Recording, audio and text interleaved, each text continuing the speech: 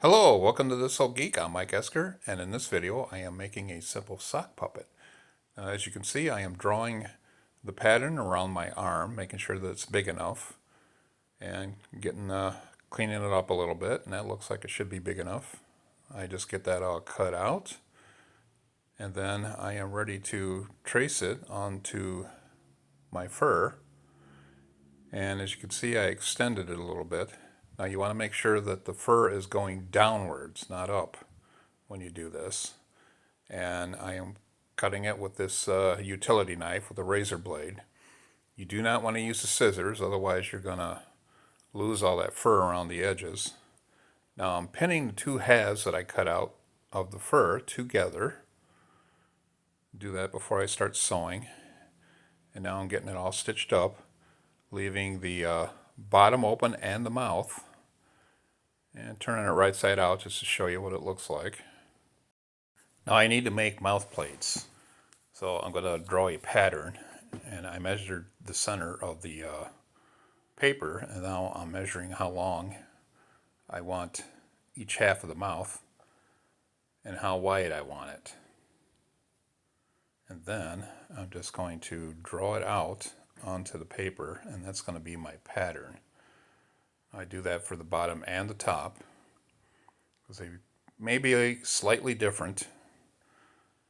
And there you go, there's my pattern.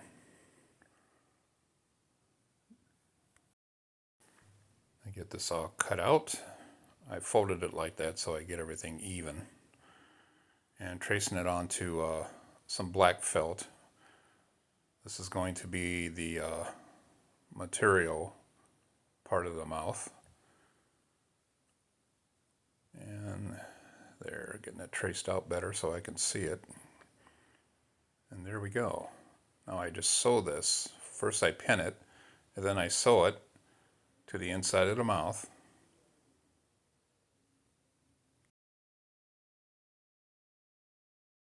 Now to make the mouth plate, I'm using some plastic.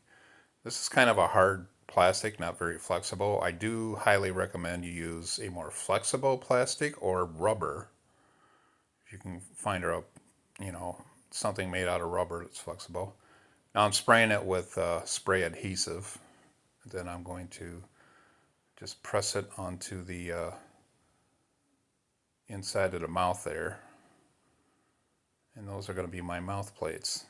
And then I have to turn it right side out, which this is why you should use something more flexible, because this was a real pain for me to do, because that plastic was not very flexible at all. But I managed to get it, and there it is. I am cutting away some of the fur on the head. It's where I'm going to put the eyes. I'm going to hot glue the eyes on there. Now I'm cutting out what I'm going to use for the top of the head. This is going to go over the top of the eyes. So I just put some hot glue around the edges, and then I just put it over the eyes there. Just glue it right to the fabric. And then I'm gluing the back, just gluing it right down. You're not going to really be able to tell because of the fur. And here I am just cutting out the pupils of the eye, or irises, whatever you want to call them, and just glue them on there, making sure that they're in a good place, making sure they're even. Now this is the tongue. This is just red felt. And I'm just going to glue that inside there with some tacky glue. And there you go.